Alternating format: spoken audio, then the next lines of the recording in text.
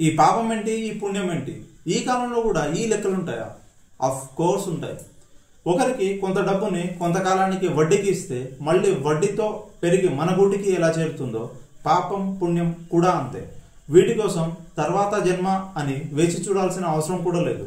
మనం వడ్డీకి ఇచ్చే అసలు, వడ్డీ రేటు, కాలం అన్ని మన క్యాల్కులేషన్ ఉంటాయి. కానీ పుణ్యం అన్క్యాల్కులేటెడ్ డెబిట్, పాపం అన్క్యాల్కులేటెడ్ క్రెడిట్. ఈ క్రెడిట్ అండ్ డెబిట్ లెక్కలు మన చేతిలో ఉండవు, మన ఊహకి అందవు. ఇవి పూర్తిగా భగవంతుని అధీనంలో ఉంటాయి. కానీ మనం చేసే సహాయం అర్హత లేని వ్యక్తికి అయితే అది పాపంగా మారుతుంది. అదే మనం చేసే ద్రోహం అన్క్వాలిఫైడ్ పర్సన్కి అయితే అది శాపంగా మారుతుంది. పుణ్యానికి పాపానికి, పాపానికి శాపానికి మధ్య unmeasurable returns in the favour of you రావాలంటే దానికి ఏకైక మార్గం ధర్మం. ఈ ధర్మం సరిగ్గా తెలియకపోవడమే మనం చేసిన పుణ్యం పాపంగా మన వైపుకి తగలడం, లేదా మనం చేసిన సహాయం మనకే శాపంగా మారడం జరుగుతుంది. ఈ పాప పుణ్యాల లెక్కలు నీకు అందనంత మాత్రాన నీలో ఉన్న మంచిని వదిలేయాల్సిన అవసరం లేదు. ధర్మాన్ని ఇంకా ఖచ్చితంగా తెలుసుకుంటే సరిపోతుంది.